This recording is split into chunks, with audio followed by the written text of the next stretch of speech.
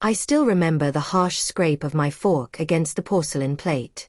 Such a small sound, sharp, grating, yet it sliced through the room louder than the laughter. She said it so easily, almost like she was ordering another drink. I wish I had married my ex instead. Laughter filled the table. Her sisters chuckled, her friends roared. Even her mother threw her head back and released that piercing laugh of hers. I didn't laugh. Instead, I set my fork down carefully, my heart pounding though I forced a smile across my lips.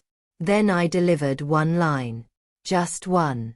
The laughter stopped cold. She never spoke to me again after that night. We had been married for a decade. 10 years of late nights spent chasing her ambitions, of me breaking my back to keep our lives stable. I thought we were partners, but I carried more than my share. When her career stalled, I covered the bills. When her mother's health failed, I stayed up through the night at her side. When her confidence wavered, I reminded her she was enough. But love is like currency. It only has value when both sides contribute.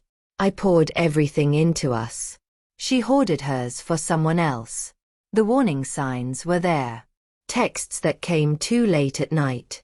Her phone always flipped face down on the counter. Sudden, endless girls' nights. I told myself I was imagining things, but suspicion has a scent, it lingers. And then one night, lying beside me, she whispered another man's name in her sleep. Not mine. His. I stared at the ceiling until sunrise, every second feeling like a blade pressed into my chest. That was the night something inside me shifted. My love cooled, and steel took its place. I didn't confront her. That would have given her control. Instead, I observed. The way her face softened when she looked at her phone, a tenderness she hadn't shown me in years. The way her laugh came quicker, fuller, whenever a message arrived. Eventually, I found his name, Daniel. Her ex. The one who came before me. Emails exposed the truth. Hidden photos in a secret cloud folder confirmed it. She wasn't just reminiscing about him. She was living a second life with him. That's why her comment over dessert wasn't just a careless joke. It was a confession wrapped in laughter. A test to see if I would break. I didn't. I didn't want rage. Rage is messy. Rage leaves evidence. I wanted precision. So I planned. First, finances. I funneled my paychecks into an account she knew nothing about. The house was in my name, and I kept it that way. She believed marriage meant automatic ownership. She never read the fine print.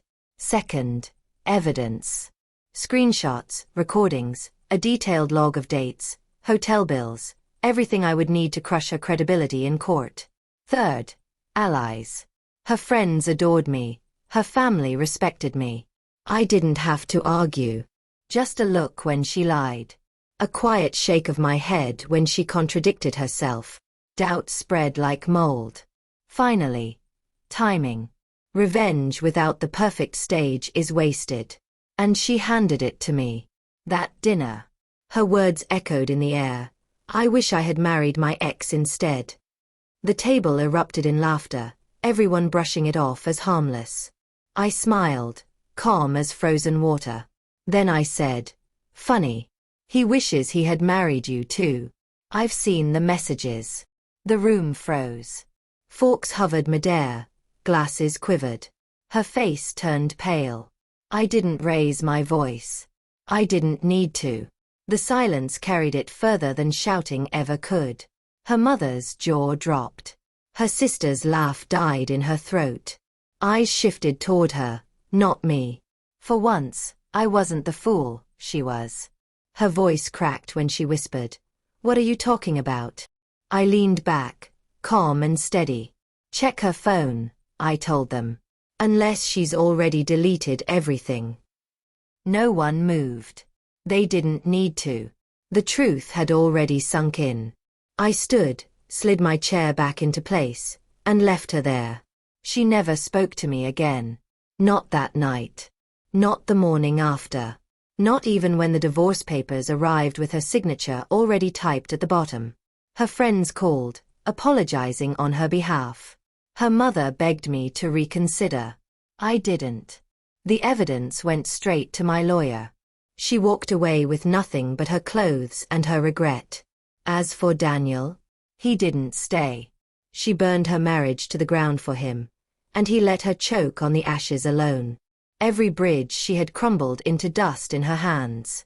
Sometimes I replay that dinner in my head, the clink of cutlery, the laughter that curdled into silence, the tremble in her hand when I spoke.